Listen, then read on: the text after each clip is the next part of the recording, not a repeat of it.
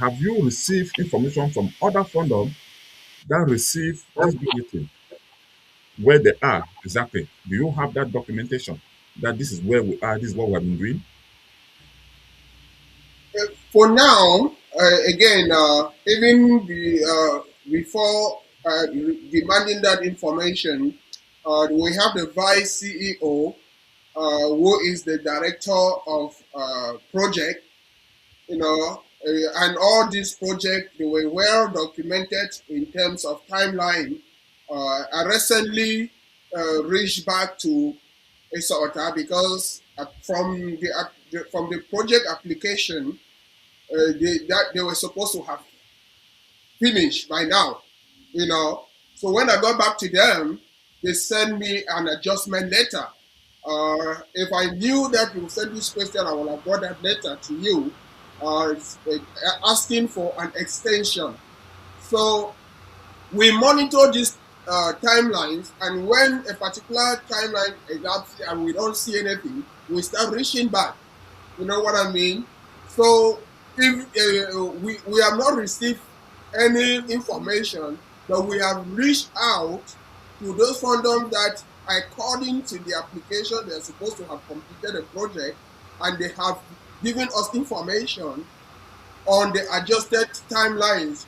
Again, we are all we have unforeseen circumstances. That they could say, okay, within this time, and one or two things might not go as planned, and they don't meet that deadline. But trust me, we will need to know the new deadline. But we in 30 days, like I said in my opening statement, in 30 days, the Fondam president, they are going to have an opportunity to say where the project, where they are in terms of implementation of this project at the Atlanta Convention, even Um, including those who have completed. Yeah. yes, Mr. CEO, I think we are 30 days to the convention. People need to donate money. This is Legal US, I believe, is not a government institution where taxes are the kind of mandatory from your paycheck or for whatever you are doing. Look, Legal USA depend on free will contribution, and people contribute based on what is happening. So this idea of just giving a label, if there was a timeline, I will follow up with you.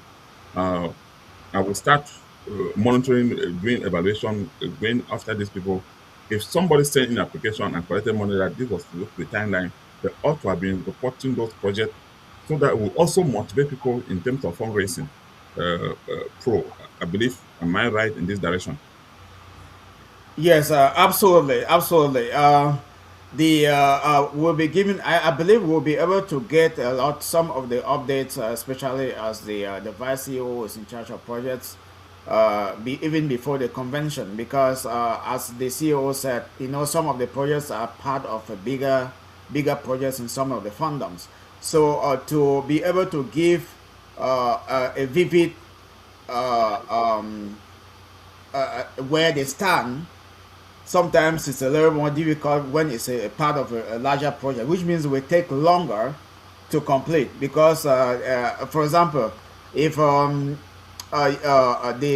road project that is being carried out in Lebanon, if they took part of that as part of the project, you see that's a humongous No, project this that, was no pro. This is an educational project. These were educational project, well crafted, well crafted. I don't want us to really mix.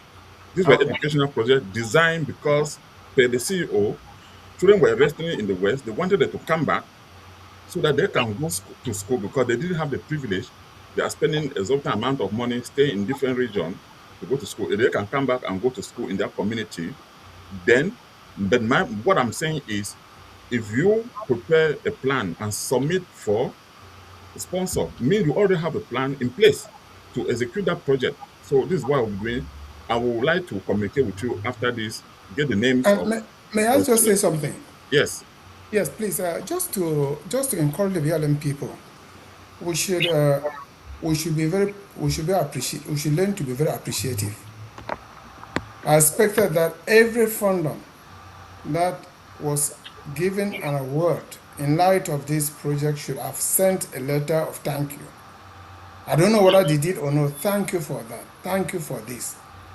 The purpose is, for example, the pro said that we need to learn how to generate income from big corporations like the Microsoft, the Bill Gates Foundation, maybe Elon Musk, and all these guys. When you have such an archive of thank you letters, it can be a backup, it can be evidence to send to the post. Look at how appreciative these people are. We are able to raise, you give them $4,000 and they wrote a letter, and you send those collection of letters as evidence of the sense of appreciation. That can easily facilitate them going towards the area, the desire to give more or even to help us. This idea of just taking things and just going quiet is not a good thing. We should learn to acknowledge the receipt of such things, to say thank you, to implement and give evidence that it has been implemented, and to stay focused, to be razor focused on what the project was about, just as the doctor was saying. Except Yes. maybe the road was towards school, I don't know, but it's okay. No, Thank no, you. no, thank you, Prof. I think he was just giving an example that I think that the example did not tie. That's why I was saying no.